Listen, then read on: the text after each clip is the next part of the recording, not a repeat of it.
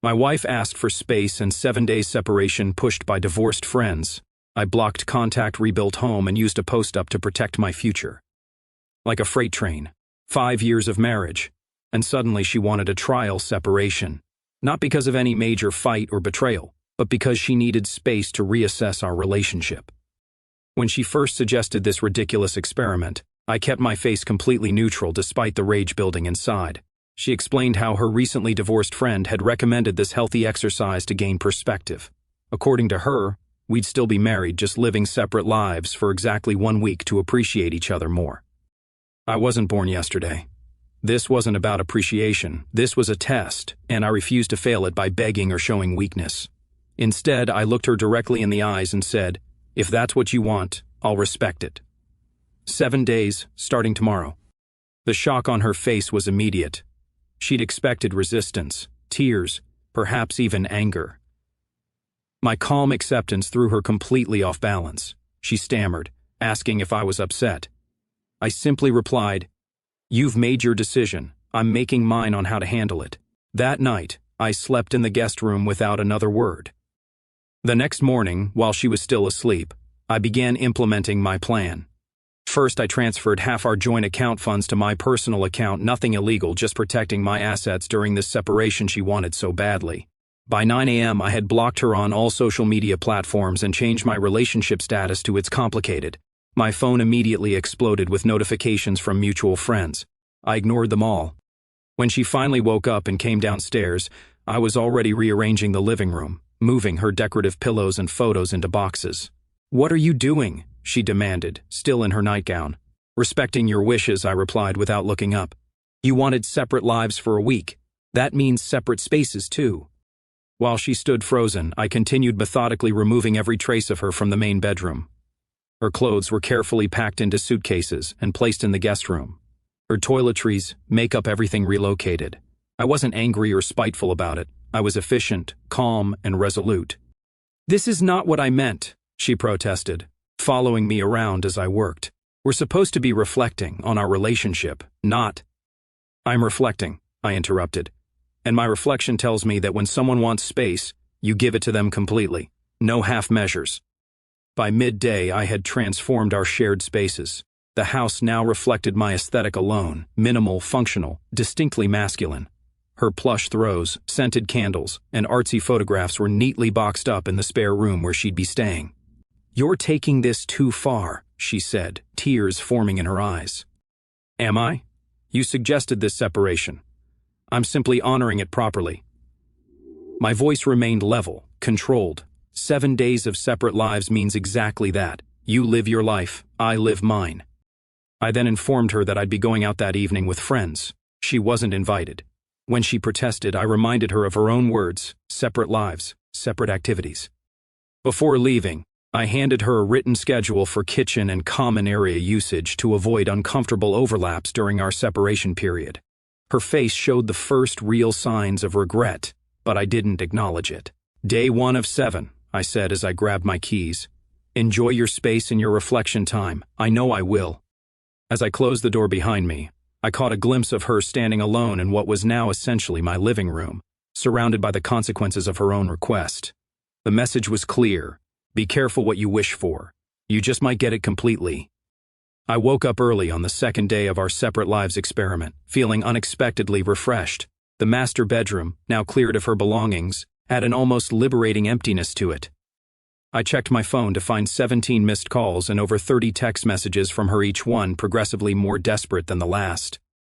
"Why did you block me on social media? This isn't what I meant by separate lives. You're being extreme. Please call me back. Are you trying to scare me?" I read through them dispassionately before putting my phone away without responding. Actions have consequences, a lesson she clearly needed to learn. After my morning workout and shower, I made a call I'd been considering since yesterday. Within an hour, a professional cleaning crew arrived at our home. Her eyes widened when she emerged from the guest room to find 5 people in uniforms moving through our living space. "What's happening?" she demanded, still in her pajamas, looking completely blindsided. "Home makeover," I replied calmly while signing the service agreement. "I've always wanted to redecorate, but you've always had final say on our home's appearance," Since we're living separate lives this week, I thought it was the perfect opportunity for some changes. The cleaning crew began systematically transforming our shared space. The floral curtains she had insisted on were replaced with modern blinds. The pastel wall colors she had chosen were painted over with deep, masculine tones. The decorative furniture she had selected over my objections was moved to storage. "You can't just change everything without consulting me," she protested, her voice rising with each word. I turned to her with perfect composure. "Actually, according to you, we're living separate lives right now. I don't need to consult you about my life decisions during this period. That was your rule." She stormed back to the guest room, slamming the door. I continued directing the crew with specific instructions on how I wanted my living space to reflect my preferences, not hers, not ours, but mine alone. By midday, I received a text from her saying she was coming home early from work to discuss this situation properly. Her message radiated panic and regret. I didn't respond, but I made my own preparations. When she arrived home at 2 p.m., she found me in the newly redecorated living room with an attractive female colleague. We were reviewing documents spread across the coffee table, sitting comfortably close to each other. "Oh, you're back," I said casually. "This is Vanessa from my office. She needed help with a project, and since I have this new independent living situation this week, I invited her over." The look on my wife's face was indescribable, a mixture of shock, jealousy, and dawning horror at the implications of her separate lives proposal. Vanessa, who knew nothing about our situation, smiled politely and commented on how nice the new renovations looked. "I should go," my wife muttered, clearly thrown off balance by this unexpected scenario. "Whatever works for you," I replied with professional detachment. "Remember the schedule for common areas that I made. It's on the fridge." After she retreated to the guest room, Vanessa and I continued working for another hour. When she left, I made no effort to explain the situation to my wife, who remained sequestered in her temporary space. That evening, I ordered delivery for myself, only from her favorite restaurant, deliberately. The scent of the food filled the apartment. When she emerged, eyeing the food longingly, I simply continued eating while watching a game on our newly repositioned television. "We need to talk about what's happening," she finally said, her voice smaller than I'd ever heard it. I looked up briefly. "Day 2 of 7. We can talk on day 8 when this experiment of yours is complete. Until then, I'm taking this separate lives concept seriously, exactly as you requested." As she stood there, I could see the realization washing over her. This trial she had initiated was revealing consequences she hadn't anticipated. The separate lives she had asked for were becoming increasingly real, and with each hour that passed, the distance between us grew more tangible. "This isn't what I wanted," she whispered. "Then you shouldn't have asked for it," I replied, turning my attention back to the game. The ball was in her court now, but I had changed the rules of engagement entirely. Day 3 of our separation experiment brought unexpected developments. I woke to the sound of my phone buzzing incessantly, not with messages from my wife, but from our mutual friends. Apparently, she'd been reaching out to everyone in our social circle, spinning her version of events. "Dude, what's going on? Your wife says you're taking this break thing way too seriously. She's really upset. Says you've completely misunderstood what she wanted with this separation week." I smiled to myself.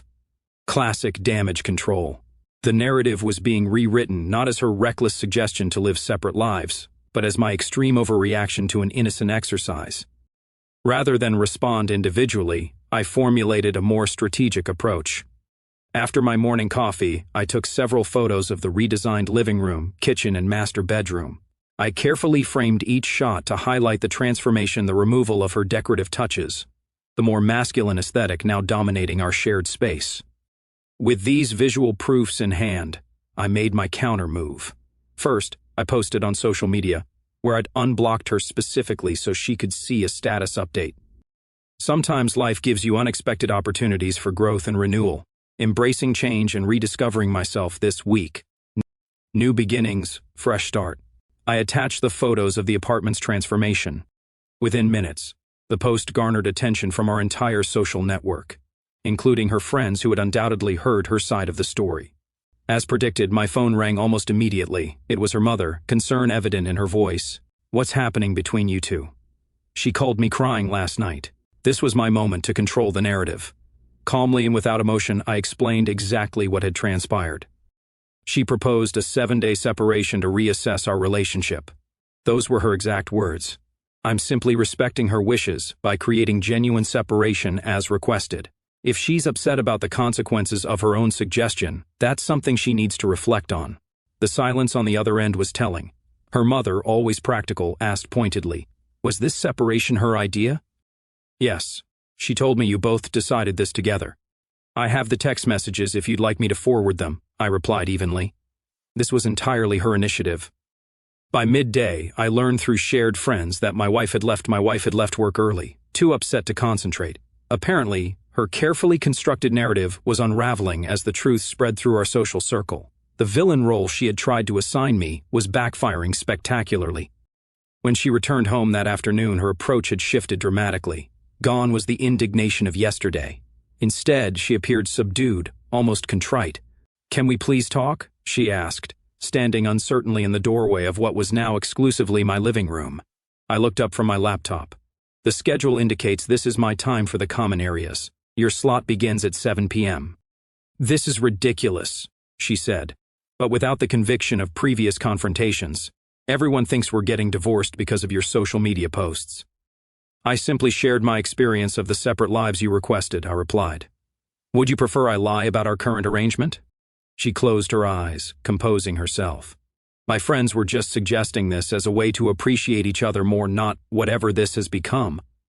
I shut my laptop deliberately. Interesting how these friends offering relationship advice are all recently divorced. Perhaps not the most credible source for marriage counseling. The truth of this observation hit home. I watched realization dawn across her face, how easily she'd been influenced by people whose own relationships had failed. "I made a mistake," she admitted quietly. "Can we just end this experiment now?" I maintained unwavering eye contact. Day 3 of 7. We committed to this process. Ending it prematurely would defeat the purpose of your reflection exercise, wouldn't it? The frustration on her face was palpable. She was trapped by her own rules, experiencing the full consequences of her impulsive decision.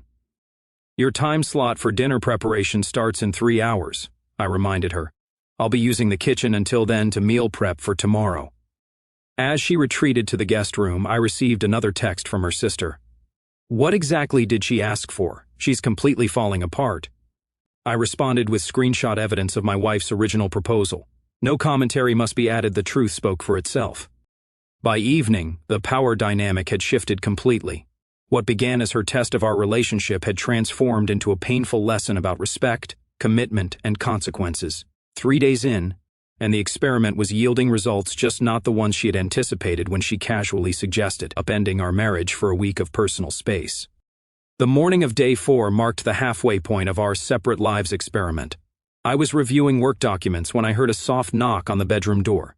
She stood there holding a piece, offering my favorite breakfast and coffee, prepared exactly how I like it. "I thought we could have breakfast together," she suggested hesitantly. Her eyes revealed a night of little sleep. Her usually immaculate appearance was now noticeably disheveled. I observed the gesture without revealing my thoughts. This was classic reconciliation behavior, using food and caregiving to rebuild connection.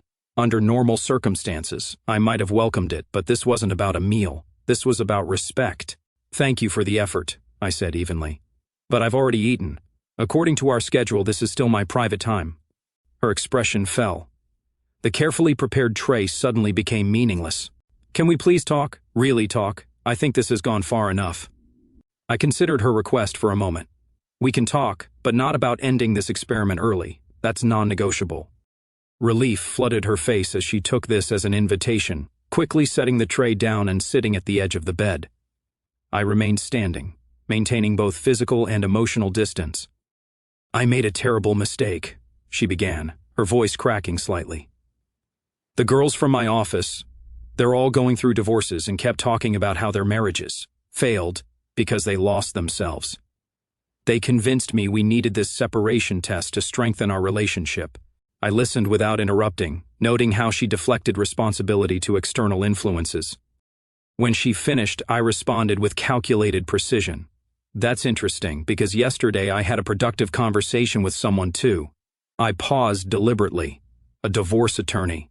The color drained from her face. "What? Why would you?" To understand my options, I interrupted calmly.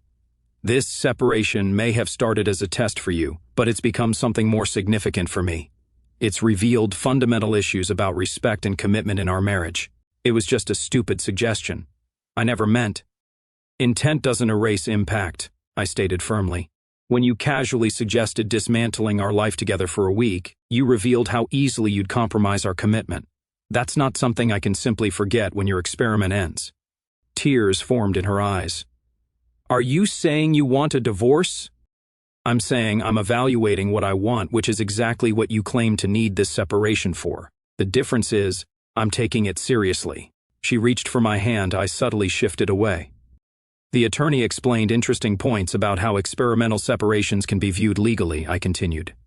Did you know that in some cases they can be considered evidence of marital breakdown?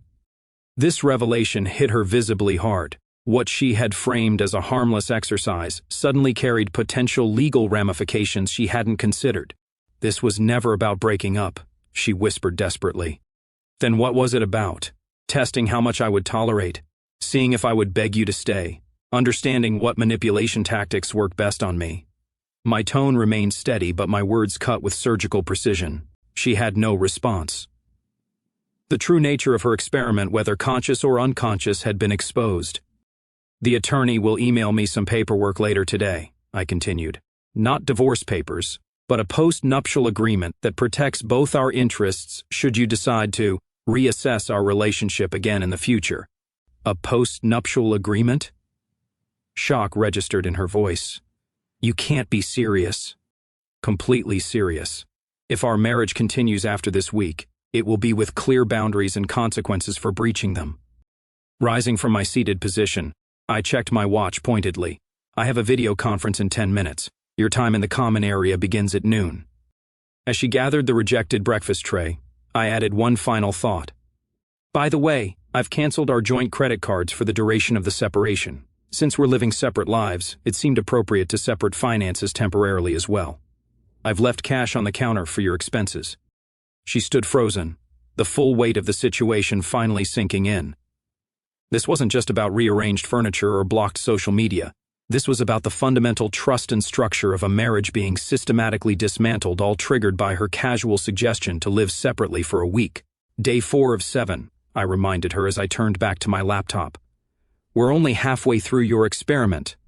After she left, I heard muffled crying from the guest room. I didn't feel joy at her distress, but I did feel vindicated. Sometimes the most valuable lessons come through difficult consequences. And she was learning, day by day, exactly what she stood to lose with her careless treatment of our marriage. The 5th day of our separation began with an unexpected silence. My wife had left early without the usual sounds of her morning routine filtering through the apartment. A note on the kitchen counter simply read, "Taking a personal day. Need time to think." I proceeded with my day as planned, heading to work with a sense of calculated detachment. The post-nuptial agreement had arrived in my email as scheduled, its legal language spelling out clear terms for any future separation or divorce. I forwarded it to her work email with the subject line, "For your review, Day 5. Throughout the day, colleagues noticed my changed demeanor. You seem different, my team leader commented during lunch. More focused, more decisive. Just gaining clarity on some personal matters, I replied, realizing it was true. This separation had indeed brought clarity, not about whether I wanted the marriage, but about what kind of marriage I was willing to accept. I returned home earlier than usual, planning to use the empty apartment to finalize some work projects. As I approached the door, I heard the sound of keys frantically jiggling in the lock, then frustrated pounding. "Open the door!" Her voice, tight with panic and anger, carried down the hallway. I walked calmly toward the commotion, watching as she turned at the sound of my footsteps. Her hair was disheveled, eyes red from crying. "My key doesn't work," she stated accusingly, holding up her keychain. "I had the locks changed yesterday afternoon," I responded matter-of-factly. "Separate lives, separate security. I left a message with your sister about it." "You changed the locks on our apartment?" Her voice rose in disbelief. "You can't just lock me out of my own home." I raised an eyebrow. "Is it your home this week? According to your experiment, we're living separate lives. I'm simply creating the appropriate boundaries." Neighbors' doors cracked open at the commotion. She noticed immediately, lowering her voice. "Let me in. We need to talk." I unlocked the door and stepped aside. As she rushed past me into the apartment, the wave of her familiar perfume brought an unexpected pang of nostalgia. For a moment, just a moment, I felt the weight of what we were risking. Then I remembered how easily she had suggested dismantling everything we'd built. Inside, she turned to face me, composure crumbling. The post-nuptial agreement, really? You're legally punishing me for a stupid suggestion. It's not punishment, I corrected her. It's protection for both of us. This has gone too far, she insisted, gesturing wildly at the transformed apartment. I've learned my lesson, okay? I made a terrible mistake listening to my divorced friends. I never should have suggested this separation. Can we please just stop this now? I observed her carefully, the desperation in her eyes, the trembling hands. This wasn't an act. She was genuinely afraid of losing everything.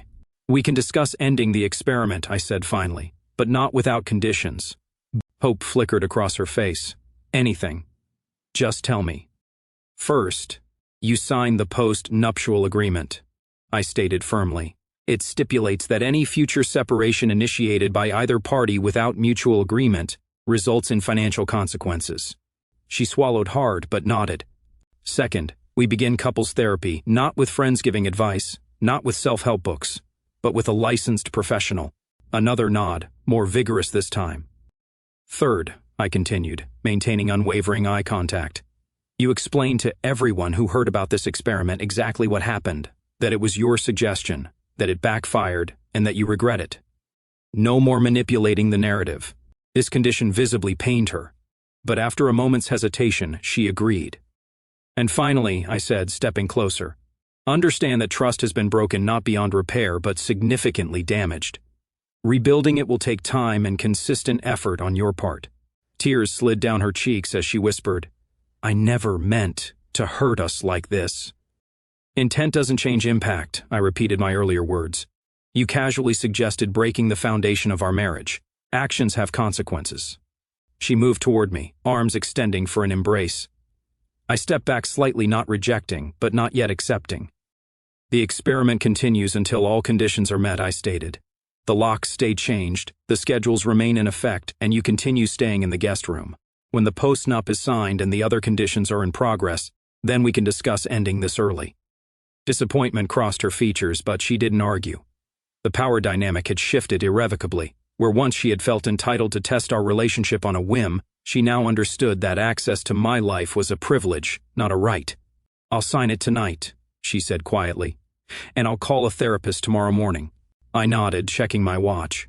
According to our schedule, the common areas are yours for the next 2 hours. I'll be in my office. As I turned to leave, she called after me. Do you still love me? I paused at the doorway, considering the question carefully. Love was never the issue, I replied honestly. Respect was, and we're working on rebuilding that.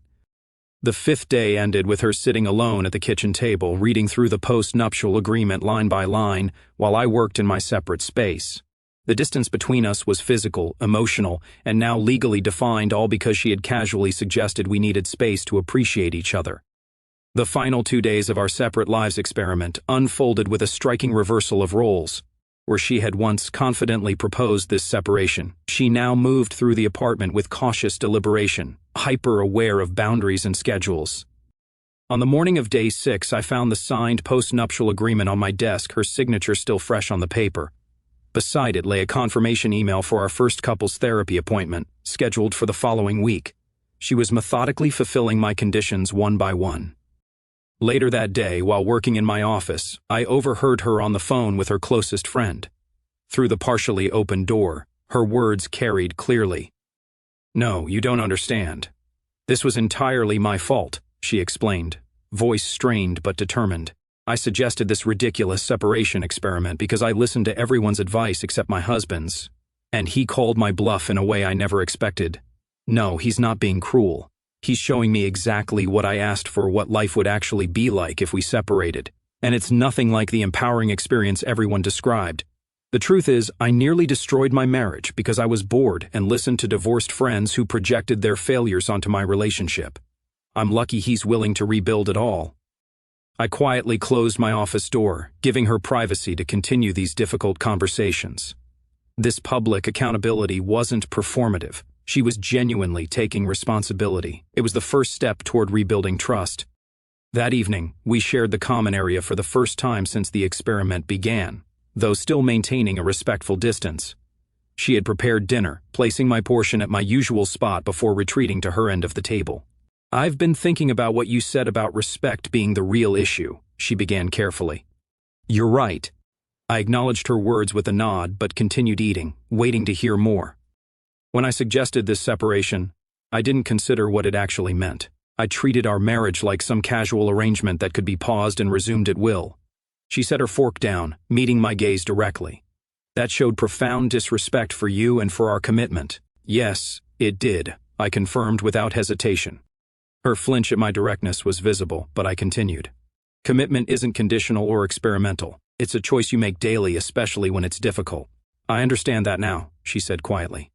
"The question is whether you believe I can rebuild that trust." I considered this carefully before responding. Trust isn't rebuilt through words. It's rebuilt through consistent actions over time. The seventh and final day arrived with a tangible shift in the apartment's atmosphere. The rigid separation had softened not through my concession but through her demonstrated commitment to my terms. That morning, she knocked on my bedroom door, waiting for permission to enter rather than barging in as she might have done before. When I opened it, she stood holding a small gift bag. "It's not a bribe," she clarified quickly. "Just something I want you to have." Inside was a new set of keys, one for the apartment, one for her car, and one unfamiliar key. "The third key is to a safety deposit box," she explained. "I've placed copies of our important documents there, including the postnuptial agreement. It's my way of showing I'm committed to the new boundaries we've established." The thoughtfulness of this gesture wasn't lost on me. She hadn't tried to win me back with grand romantic gestures or emotional manipulation. Instead, she'd acknowledged the seriousness of our new arrangement with a practical symbol of security and transparency. "Thank you," I said, genuine appreciation in my voice, for perhaps the first time that week. As the day progressed, we moved through the final hours of our scheduled separation. The experiment that had begun with her casual suggestion had transformed into a fundamental restructuring of our relationship's power dynamic. By evening, we sat in the living room, the schedule officially complete. 7 days had passed since she had proposed living separate lives to reassess our relationship. "The experiment ends tonight," I stated, setting my glass down. "What have you learned from it?" She took a deep breath before answering. "I learned that I took our marriage for granted, that I was easily influenced by outside opinions, that what I thought would give me perspective nearly cost me everything. But most importantly," she added, "I learned that you won't tolerate disrespect or manipulation, that your commitment deserves mine in equal measure, and that boundaries once crossed have real consequences." The truth of her words hung between us. This week had indeed been a test, not the one she had intended, but perhaps the one our marriage needed. "So what happens now?" she asked, vulnerability evident in her voice. "Now," I replied deliberately, "we rebuild with new rules, clear boundaries, and mutual respect. The guest room remains yours until I feel the trust has been sufficiently restored." She accepted this without protest, another sign of the shift that had occurred. Where once she might have argued or tried to expedite the reconciliation, she now understood that healing would happen on my timeline, not hers. "I'm willing to earn back my place in our marriage," she said with newfound conviction. "However long it takes." As the clock struck midnight, marking the official end of the 7-day experiment, we stood at the threshold of what was essentially a new relationship. The casual suggestion that had been meant to reassess our marriage had indeed accomplished that goal, but not in the way she had anticipated. She had wanted space to evaluate whether she truly valued our marriage. Instead, she discovered exactly what she stood to lose, and I had reclaimed my power by refusing to be an unwilling participant in her test. "Day 7 complete," I said, standing to retire to my room. Now the real work begins. The experiment was over, but its effects would endure. In trying to test our relationship, she had permanently altered it, hopefully, in the end, for the better.